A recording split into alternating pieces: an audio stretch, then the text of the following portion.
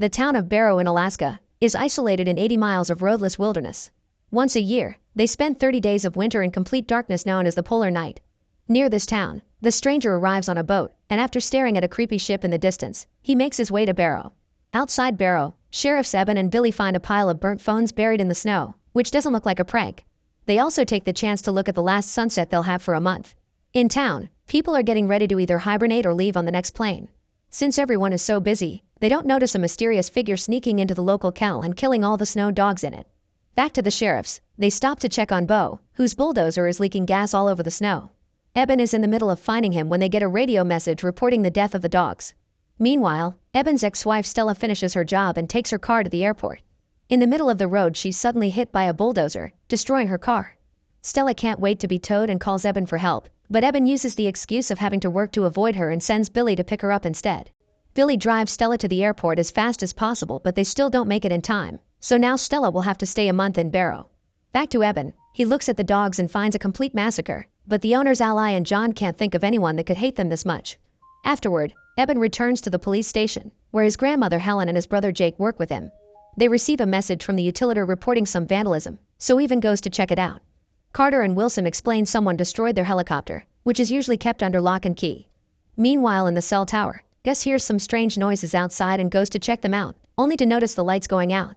A group of mysterious figures suddenly surround him, but before Gus can react, these people jump on him and kill him in order to feed. It turns out they're vampires. In the town's diner, the stranger tries to order a raw burger and something to drink, but the waitress explains they have a law that doesn't allow them to sell alcohol during the dark month. The stranger starts making a scene, but fortunately Eben and Stella arrive at the same time to stop him from getting violent and take him to the station's cell.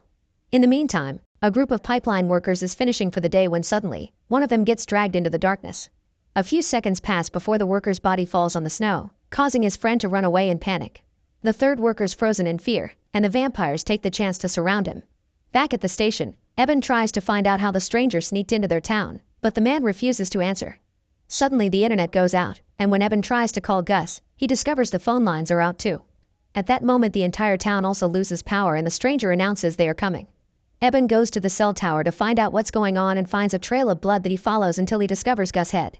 Horrified, Eben rushes back to town and drives around to tell every citizen to stay inside. If they don't have a generator, then they should hide in the diner.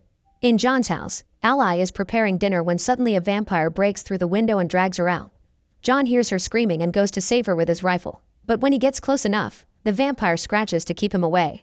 Unwilling to give up, John tries again and even manages to grab Ally's hand, but the vampire's stronger and takes her away. At the station, the stranger keeps talking about the end coming for everyone.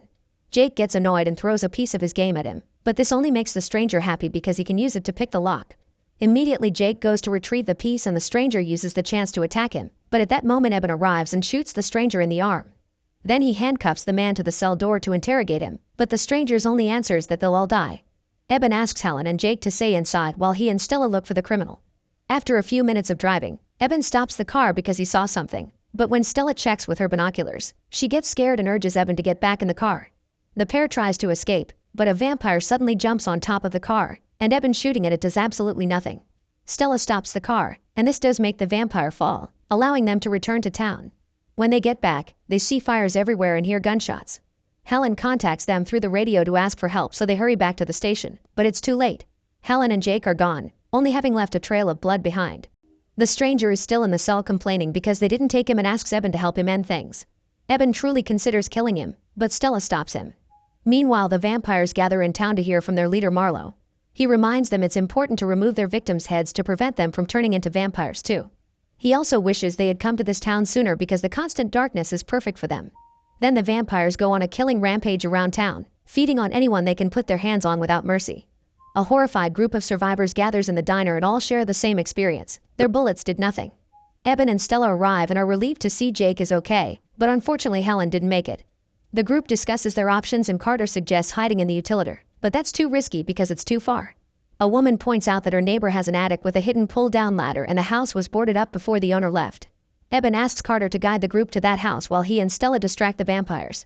The two of them drive around town to act as bait and the plan works. Soon a bunch of vampires grab their car and try to attack them through the windows. Eben manages to kill one of them by aiming at the head, but Marlowe takes his gun and the car gets flipped over. The vampires immediately reach for Stella and Eben again, but at that moment, Bo shows up in his bulldozer and runs over the enemy. Eben and Stella rush to join him in the vehicle and they drive away rather fast until they make it to the house with the attic, which is incredibly well hidden as promised. Eben tells the group they'll sleep in shifts and ration their food. They have good chances of surviving because they're used to the polar night unlike their enemy. Meanwhile, Marlowe and Iris visit the stranger at the station. They commend the man for doing his job perfectly and promise to turn him, but when Marlowe hugs the stranger, he kills him instead. 6 days pass with the survivors managing to stay alive and well in the attic, although sometimes they have to deal with Wilson's father Isaac having dreams about his wife, who died years ago. One evening, they hear noises outside, and Stella looks out through a hole to discover the vampires are ransacking the neighboring houses. Some of the survivors want to leave before they're caught, and when Stella and Eben point out it's too risky, an argument ensues. Eben calms everyone down and reminds them their team before coming to terms with the fact the vampires are too close. They need to escape to gather supplies from the store and hide in the utilitar, but they'll need some cover, thus they agree to try when the next blizzard comes. On day 7, the group hears Kristen walk down the streets asking for help. Eben notices the vampires follow her by jumping on the roofs, meaning they're using her as bait. The survivors insist on helping her, so Eben comes out and discovers John is around too, hiding underneath the house. Kristen is his priority and Eben asks John to wait, but unfortunately this distraction means Eben doesn't make it in time and the vampires begin slashing at Kristen before jumping to feed. With the vampires distracted, Eben goes to save John, but as soon as he pulls him out he notices John is becoming a vampire too. Eben tries to talk to him but John goes rabid and attacks, pushing Eben against a swing set that catches him with its chains. Fortunately there's an axe nearby that Eben uses to defend himself, allowing him to kill John with a few precise strikes. Then Eben runs back into the house, where he collapses from an asthma attack. Outside, Marlowe finds John's body and takes it as a clue of someone being around. Moments later, it's Stella's turn to be on guard, and Isaac takes advantage of her falling asleep to leave the basement.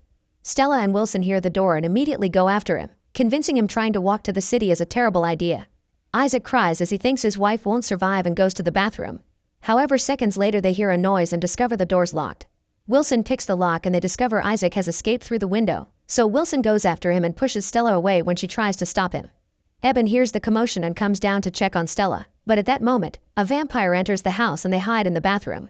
The vampire looks around the house and approaches the bathroom door, but when he's about to open it, he hears Wilson calling for his father outside and decides to go after him instead. While Wilson gets killed, Eben and Stella run back to the attic, feeling guilty for abandoning their friend. Suddenly thumping noises can be heard from the roof. Eben looks through the window and confirms not only that the vampires are gone, but that it's also snowing heavily. Using the wind and snow as cover, the survivors go to the local store to gather as many supplies as they can carry. Suddenly they hear a noise and to their horror, they find a vampire girl feeding on a body.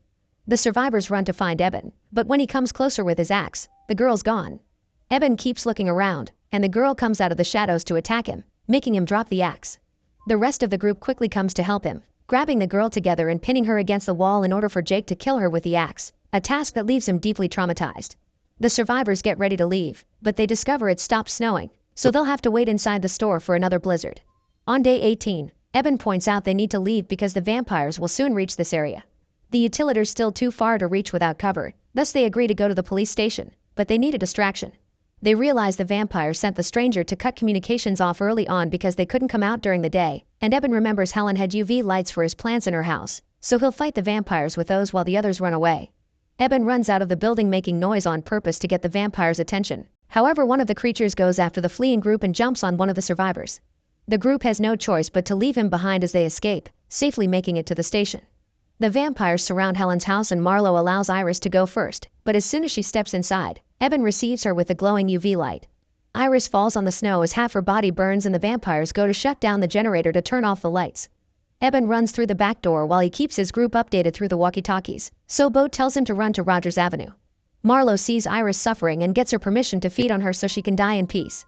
The other vampires follow Eben only to suddenly be run over by Bo driving a ditch driller. He shoots all the ones that try to jump on the vehicle, but soon there are too many of them and Bo decides to crash the driller into a building. Then he leaves the vehicle with a box of explosives in hand, and since his rifle is jammed, he lights a flare and drops it in the box. Eben watches the explosion that takes down a bunch of vampires before running away in grief. However, Bo is still alive.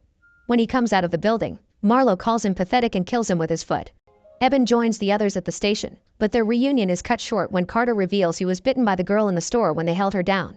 Carter lost his family in a car crash and has wanted to end things for a while, but he never dared. Now he finally has a reason to ask for assistance. Eben hates to do this but knows it's for the sake of their own safety, so he takes Carter into another room to kill him while everyone hears. On day 27, they notice a light coming from a neighboring house.